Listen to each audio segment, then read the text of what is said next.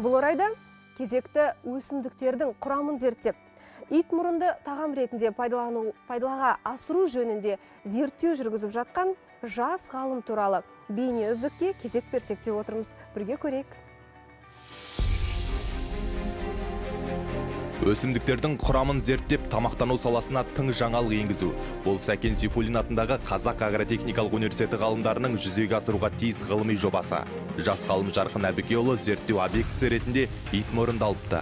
Қазір елімізде бұл өсімдіктің 25 түрі анықталған. Десек те олардың құрамы әлі толық зерттелмеген көрінеді. Ғалымның мақсаты ит мұрынды сүт өнімдерімен үйлестіріп, тағам ретінде пайдаға асыру. Елімізде мұндай жоба әлі жүзеге аспаған. Ит мұрынды әртүрлі түрлерін білеміз. Қазақстанда жаңағы әртүрлі түрлер өседі. Соларды бірінші құрамында улы заттар жоқ па, ауыр металдар жоқ па, соны тексеріп, кейін экстрактларын алып, әртүрлі еріткіштермен. Содан кейін жаңағы өзім айтқан ірімшікке, басқа йогуртқа пайдаланып жатырмыз.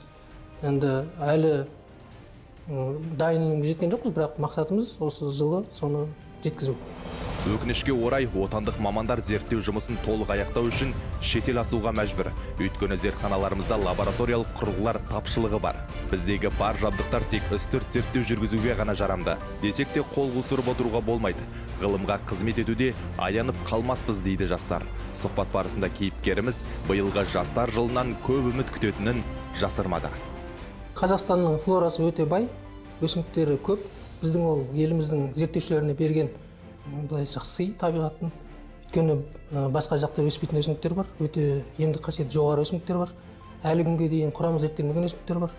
Мысалы айта кететін болсақ, мен алдыңғы жылы Жапонияда болдым, тағылымдамада. Ол жерде біздің мия өсімдігін зерттедім. Соның ішінен 30-ға жуық зат бөліп алдым. Енді ол былайынша салыстырмалы түрде алғанда өте көп зат. Еңбек етсең, қара жерде құр қалдырмайды.